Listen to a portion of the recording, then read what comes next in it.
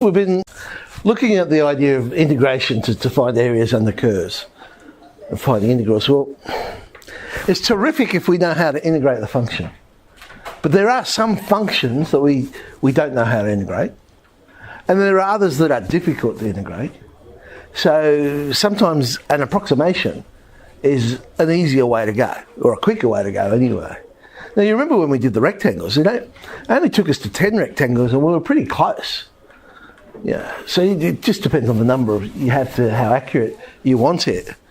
To do the outer rectangles and the inner rectangles every single time, and then averaging it, there's a quicker way, and that's to use a trapezium. Because if you think about our rectangle, if we were to join the two corners of the inner and the outer, we'd get a trapezium. So effectively, here's the area we want to find here.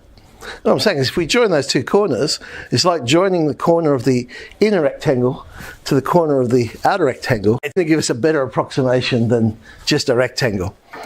So if I used 1, then I'd say, well, height, which is b minus a over 2, whatever that function value is, plus whatever the other one is. 1's usually not a great one, but just like we saw with the rectangles, the more we have, the better the estimate.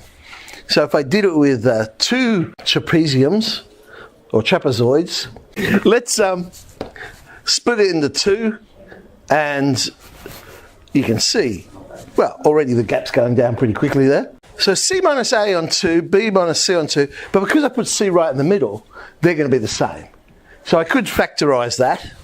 I just chose the c minus a on 2. I could have just easily had the b minus c on 2. And we'd end up with function a plus twice function c plus function b. Okay. Now if I split it into 3, again I'll make them equally spaced. There's the 3, but once again c minus a on 2 would be the same as d minus c on 2, would be the same as b minus d on 2.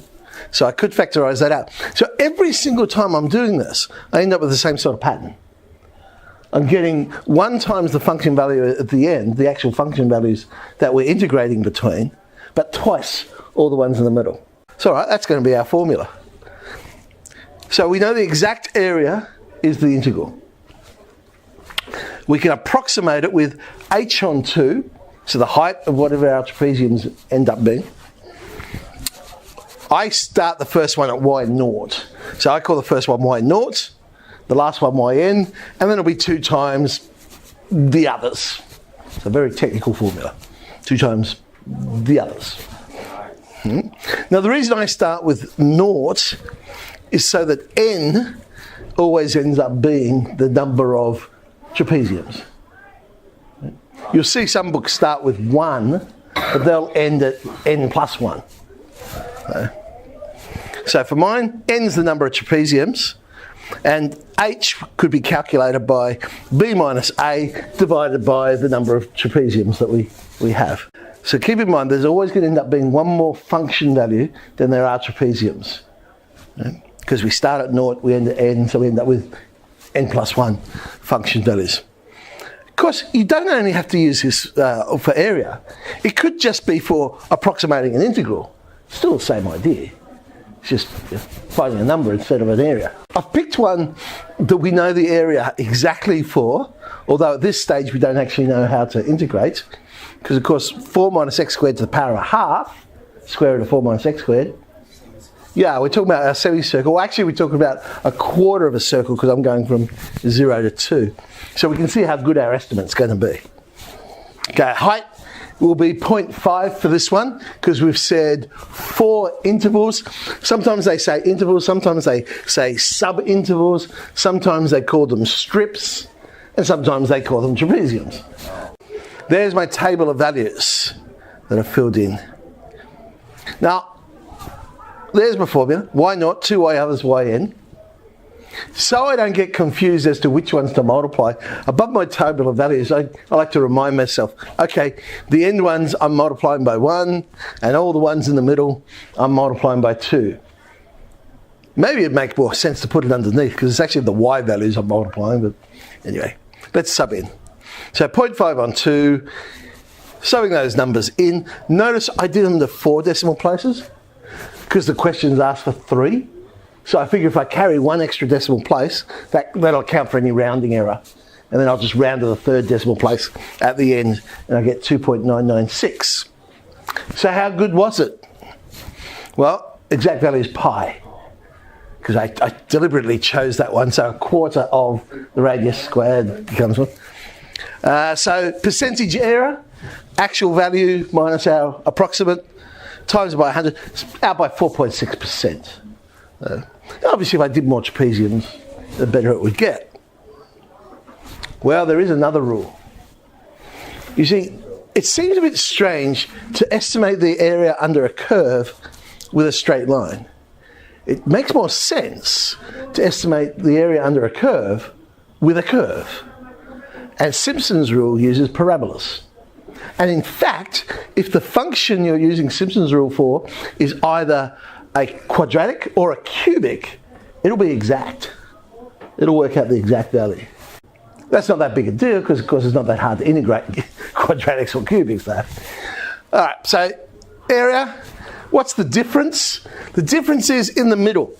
Instead of multiplying them all by 2, the odd ones, and when I say the odd ones, I mean y1, y3, y5, y7, not the ones that have odd numbers in them, I multiply by 4. And the even ones, I multiply by 2. Oh, and it's h over 3, not h over 2. So let's do the same question. There's my table of values. So the end ones I will multiply by 1. They're basically it alternates, 4, 2, 4. To get a great approximation, you want that to be symmetric. So you wouldn't want an additional function value, because in the middle then it would go 4, 2, 4, 2, and you lose that symmetry. So it seems to work better when we have a nice symmetric 1, 4, 2, 4, 1, that sort of thing. Okay, let's sub in, and we end up with 3.084 for this one. So a lot closer to pi. How much closer? Well, that one's only out by 1.8%. There is an alternative way of writing out the setting out that I saw in a solution once and looked at it and went, what the heck's going on here? So I sat down and I went, all right, let's try and prove it. And I did prove that it works all the time, so that was good. It was for trapezoidal rule. And I thought, well, sure, if it works for trapezoidal rule, it'll work for Simpson's rule as well. So I tested that one, and that worked as well. Here it is, that our question with the trapezoidal rule, there's our answer. So basically on the top is still that the end ones 2 times all the middle. But on the bottom of the fraction, you're just writing that pattern. 1 plus 2 plus 2 plus 2 plus 1. And you multiply it by the total width of the area you're trying to find. So b minus a. In this case, 2 minus 0. And it works. Comes up beautifully. 2.996. And then the Simpson's rule one, I'd do the same thing. So there was our table of values. Sub in, so that's what we would have done. 2 times that, 4 times that, and so on. But on the bottom, we write down the pattern. 1 plus 4 plus 2 plus 4 plus 1, multiplied by the 2 minus 0. And it works. So 11i and 11j. One's on trapezoidal, one's on Simpson's.